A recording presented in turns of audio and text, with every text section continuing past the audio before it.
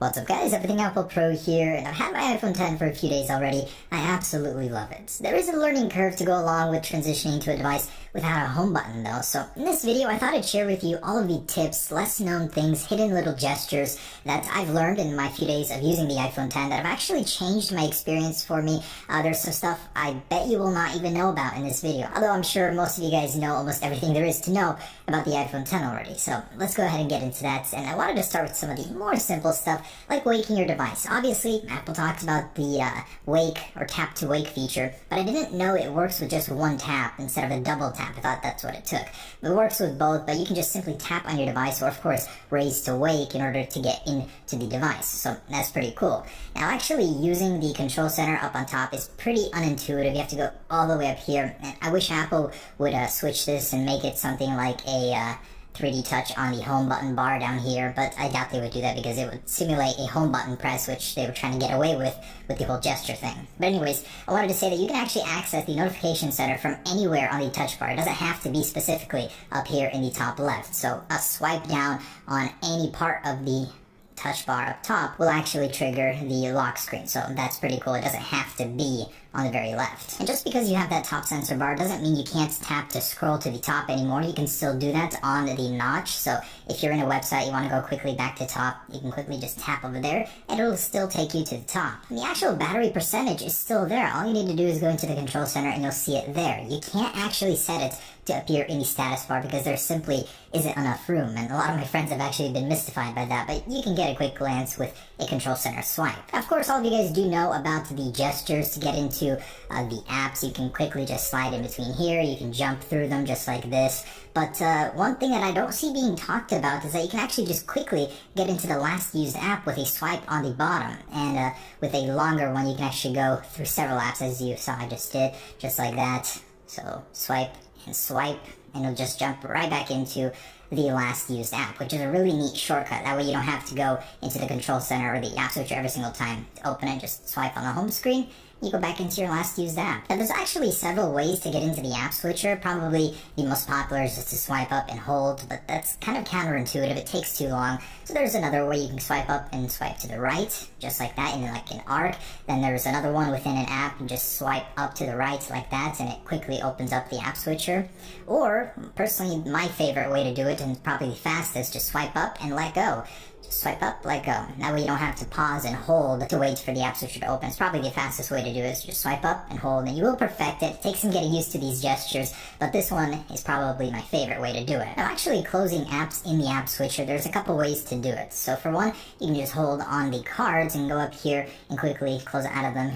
Probably the fastest way to do that by tapping the little minus icons, or you can quickly exit just one app by sliding up and then holding it and then just sliding up without letting go. So again, you jump into the app switcher, hold the card, and then just swipe it up on its own. Pretty cool. And of course, as you guys know, to get into the power down menu, just want to reiterate this, you hold the volume up or down and the power button, and it gets you into this menu. So something I actually found out that I haven't seen anywhere is that if you continue to keep holding the volume down or the power, it starts activating the emergency SOS mode, as you can see, which is pretty cool. Now on the new 11.2 beta 2 version, I noticed that it will actually start from 5 instead of 3 now. So if you keep holding, as you can see, it gives you a little bit more breathing room there in case you accidentally activate this feature. So keep holding the power and volume to actually start the emergency SOS feature, which is kind of cool. So if you're in a situation where you need to activate it without looking at your phone, you can do that, but just make sure to turn off the sound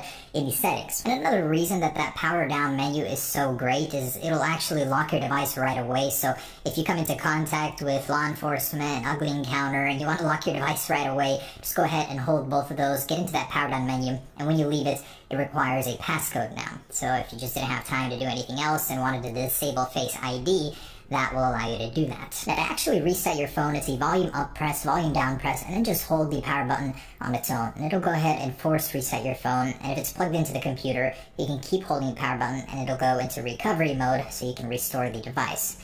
So that's just changes with every device. It's interesting. On the iPhone 7, it's a volume I believe down or up and power press. This one is just that. And something great that I personally love using is the accessibility shortcut with the home button on the device with a triple click. I use it for the low light filter. You can still get that on the iPhone 10 with a triple click of the side button. So I actually did 4 there. So triple clicking that will actually activate my low light filter because I personally don't think the brightness goes down enough at night. And you can do that on the bottom here at the accessibility shortcuts in accessibility and select it, or just do a smart invert of the colors to get a sort of dark mode. Actually, I selected 2, so pretty cool that you can still use the shortcut here to enable the accessibility triple click shortcuts. You can actually get the home button experience back on the iPhone 10 if you don't like the gestures, which I don't see why you would get this device and not like the gestures, but if you really wanted to get them back, you can go into Assistive Touch, enable that, and this new button actually acts as a perfect home button. If you select it or drop it right in the middle there, you can 3D touch on it and it gives you this simulation of a home button. So it's a little annoying, it's going to be there, but you can actually make it less annoying by reducing the idle opacity just all the way down, so it's pretty much invisible. But it's kind of cool because it gives you that home button experience on a device that's not supposed to have a home button. So if you really wanted that, and it also has some more stuff in here, which is pretty cool, there is that option. And you can also set a single tap just to go home, so that way it'll just work as a home button without having to physically press it every single time really hard. So you can tweak around with it. It's kind of cool that Apple still lets you do that on an iPhone 10 and pretty much gets you a home button back. And a neat little shortcut when moving applications. Instead of having to click done every single time to finish, you just slide up on the home bar just like that and it finishes. Just to remind you guys, reachability is back on the iPhone 10 as well. Just slide down onto the home button bar to bring the screen down, and it is a little finicky, but you do get used to it. And you can also slide on the top right or the top left once you get reachability down in order to bring up either the control center or the lock screen. Definitely not iPhone 10 exclusive, but I'd like to remind you to keep that flow of the gestures and easeability of the iPhone. When you're 3D touching, you don't have to get your finger off of the display. Literally 3D touch and just slide up to go wherever and you'll jump there. Same goes for the control center, so just 3D touch and you can go ahead and slide, and it just helps with the flow of things on a device without a home button. Alright guys, so there it is, some gestures for the iPhone 10. Definitely some of my favorites would have to be the last used app, just by sliding on the bottom in the home screen, and then to open up the app switcher, literally slide up and let go. So if you guys have learned anything from this video, those would probably be the most useful. Thanks for watching guys, hope you're enjoying your iPhone 10 as much as I am, and stay tuned for more videos.